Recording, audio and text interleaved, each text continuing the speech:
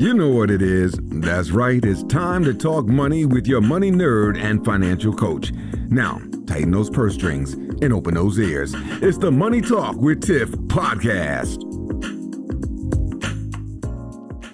Hey everyone, I am so excited because I have Jonathan Thomas on the line. Now, Jonathan, he's with us on the Twitter Spaces. So if you listen to those episodes, you definitely heard his voice before, but he's here on the podcast today to talk about his journey to building wealth and just some of the strategies that he used. So, hey, Jonathan, how are you?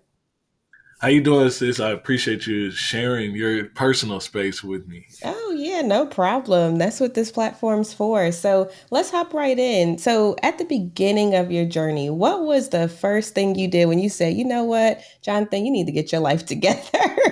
What was one of the first steps? Yeah, I wish it was me telling me that I need to get my life together. I wanted to save, but I was actually dating my now wife, and she was like, "You're not saving, and you don't have a credit card, and what's your credit score?" So um, all those things, I was a wake up call for me while I was sitting there trying to look for a job, and I incidentally landed in banking. Awesome. So, when you got into banking, what was one of the first steps that you took? Like after somebody said, you know what, you do not have it together, you need to do better. What was your like first thing to do? Well, yeah. So I figured I was blessed by this scenario of, if you're going to learn about money, there's no better arena than a bank. So I spent my first 90 days basically learning every aspect of the bank business, home loans, credit cards, checking accounts, all that thing. How does it work together? And I spoke to everyone and multiple people in every segment, financial advisors, to help really break down what am I doing wrong and what should I have been doing. And then the second piece of that, second thing I did in that 90 days was really learn how I can use all that information. Number one, help me be successful in my job, but I learned and developed the skill to be able to teach others. And that's what kind of helped me develop a more valuable skill set to grow my career. Awesome. Awesome. So, let's get into that first bank job, right? So you got the job. What kind of benefits did they have that kind of helped you on your wealth journey, or did you use any of the benefits at that time? So, they had everything, anything that you could possibly want, they had. But the biggest pieces I would say would be their annual bonus or quarterly bonus that I was getting at the time, but then also the 401k match. And just at that particular institution, my first one was at 6%, which is typically the highest or the higher percentages in the world. Most people average about 3%. But from that, I was able to translate that skill, flip jobs a couple times, and I got and stayed with a company for about 3 years that was matching me 11%. Whoa, 11%. That is unheard of. So it was 100% of 11%? Yeah, so what they did was they gave you, whether you participated or not, I mean, you're in the space, so you understand how many people don't actually participate in the 401k. Well, this job was actually a credit union. They, no matter whether you participate or not, they every year gave you 5% of your salary put away in the 401k. And then if you chose to actually participate, they'll give you another 6% dollar for dollar. Mm. I'm over here like, I wish we could name drop right now. Yeah, I mean, Share View was great in that aspect. That was something, like I said, I just didn't understand, but I understood the 6 and the 5. I was like, oh, well, if I put in 10, I'll be maximizing the full match. Wow, that is amazing. Okay, so you job hopped a little bit. So in your time, like trying to get your money together, what was the purpose of job hopping? Like, what did that do for you? Well, I learned when you go down this rabbit hole of trying to get your budget together and how do you increase your income, the thing that kept popping up was you job hop. And if you job hop, number one, it helps you accelerate your career path. But the other thing is it allows you to get larger raises in between those jobs. So instead of, for me, I never got a 2 or 3% because I never really stayed in the job long enough to get that. So I've always gotten 15 to 25% raises because I've always either got a promotion or I left and got a new job. Yeah, I definitely did that strategy when I was in corporate America. I do feel like you need to be strategic when it comes to your career and Yeah. how you make money because like Jonathan said, every year the max usually they'll give you is like 3%, which I'm not like if you're in a great job and everything's awesome and you love it there, then stay. There's nothing wrong with 3%, but at the same time, if you are in a situation where you don't quite like the job, then there's nothing wrong with moving on to the next if you need to, if it's no longer serving you. And so I definitely used that strategy as well and was able to advance pretty quickly in my career and also get those pay increases you were talking about, right? So let's talk a little bit about why 401k investing is important because I know when I was in corporate America and in HR, it was really difficult to try to get people to understand, especially people my age at the time. So, like in their 20s and stuff, I'm like, y'all put some money in the 401k, get the match. And they just like, I don't have money for that. I need that money, whatever the case may be. Oh, that's a long time from now. So, what are the benefits of going ahead and doing that? And how did you manage that as you were switching jobs? Well, the first thing I would tell anybody is everybody's always worried about you leaving money on the table. So if you don't switch jobs, you're leaving money on the table. If you leave a job too soon, you left money on the table. And one of the things that being in leadership, and I mean, with your career, your background, you understand one thing that is not uh, clear to people is when you don't accept the 401k match, you're not taking your full salary from that employer. That's part of your total compensation. So the big thing, the big trend right now is being pay transparency. And a lot of employers show you, hey, this is how much we pay you, and they break down. And unfortunately, that page doesn't stop at your salary. It includes all your benefits, but one of the benefits that sticks out is the 401k match.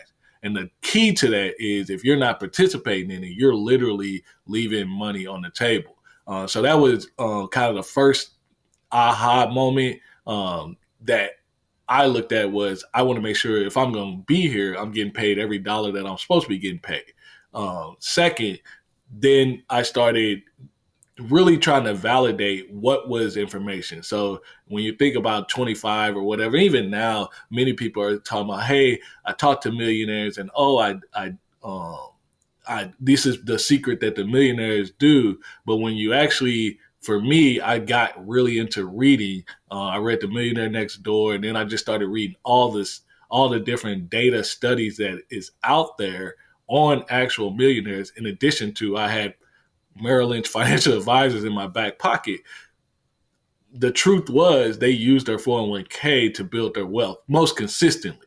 Like there are other ways people do it, but the vast majority of people were doing it through their 401k and pay for a house. So for me, I'm like, well, if this is what the majority of people are doing and it's proven successful, then I'm gonna just do that without question.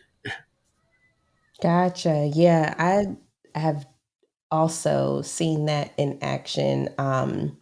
When I used to work for a firm, a lot of the millionaires there had gathered their wealth from their 401ks and IRAs and things like that. So, yeah, I highly agree with you. It's definitely a great way to build wealth. So, as you went on, so we talked about salaries, we talked about 401ks. What other strategies did you use to kind of build your wealth over time?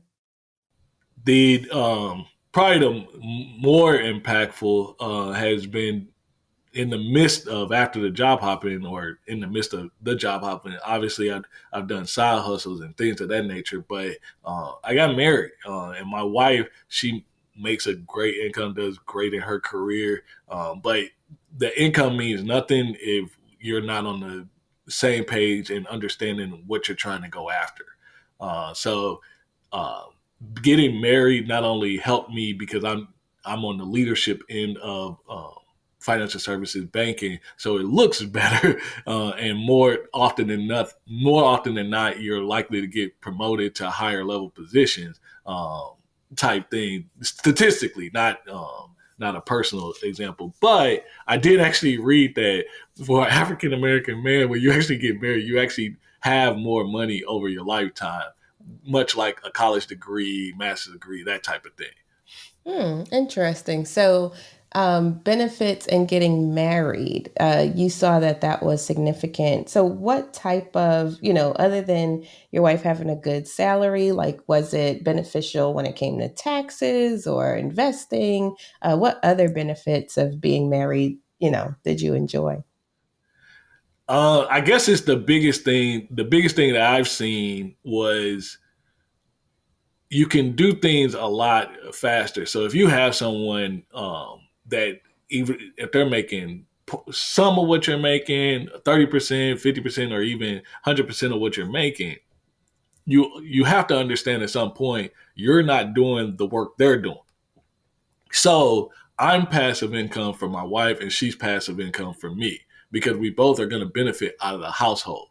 Now, as you grow, and my wife is vigilant about growing her career and making sure she's paid fairly the same way I am, you benefit from that because you have more of a pool and more of a valuable skill set, uh, to do things like, the vacations. Usually people are trying to make a choice between, do I save? Do I save for college? Do I save for a new car, or whatever, and do vacation, when you're not doing it either or you're doing both. And then financially, as you progress, then it just opens up the door a lot easier to where a lot of things you just don't really question, as far as getting the house clean, eating out a lot, she's off buying something for whatever. It's just not something you're thinking about, because you're meeting your savings and investing goal, which allows you to have a little bit more wealth, in the bank. Is there points of contention? Possibly. Do I? But I'm one of those people. I want to save and invest, and my wife wants to enjoy. And so the balance for us is, she knows I'm going to take care of the saving and investing, but her salary and what we're doing with her salary, she invests. She just doesn't invest as heavily as I do. We're able to have a little bit better lifestyle with likely a lot of the stuff that she's doing that I don't particularly find important, or I think we could probably do without. Gotcha, gotcha. Yeah. So from what I gather from this is it's important to make sure you have the right partner to do this with, Right. at Yeah, least. you definitely can't just get anybody and, Yeah. and stick it in there. And at least be on the same page when it comes to, okay, we're trying to grow and build together. And then kind of just seeing like where, like, bouncing off of each other is what I'm getting from here. So like seeing like, okay, what's your strengths? What do you do? What money you bring in? Okay, this is what I bring in. This is da, da, da. And then seeing how all of that can work together. I highly commend you all for working through that and making sure that it's in the best interest for both of you. I think that's super important. And hopefully, if we have some listeners who are married and listening, they're like, okay, I can do this. Like this is possible because Jonathan's doing it. And so, with that being said, now that you're married and you all are working through any issues, when money's related, I just kind of want to dig into that a little bit. And like, what kind of strategies do you all use if there is a point of contention or there is an issue or something comes up? What are you all doing, to hash through that? So, I mean, some of the annual ones are, when benefits roll around. Who's getting the best value? Like, we really pick that apart, of all the different equations. Do we? Because we have the baby as well. So who carries the baby, or should I join your plan, or who has the best benefit? So we're going through that neck and neck. Oftentimes, it's one person is going to stay with their plan, and the other one's just going to carry the baby. The same thing with taxes.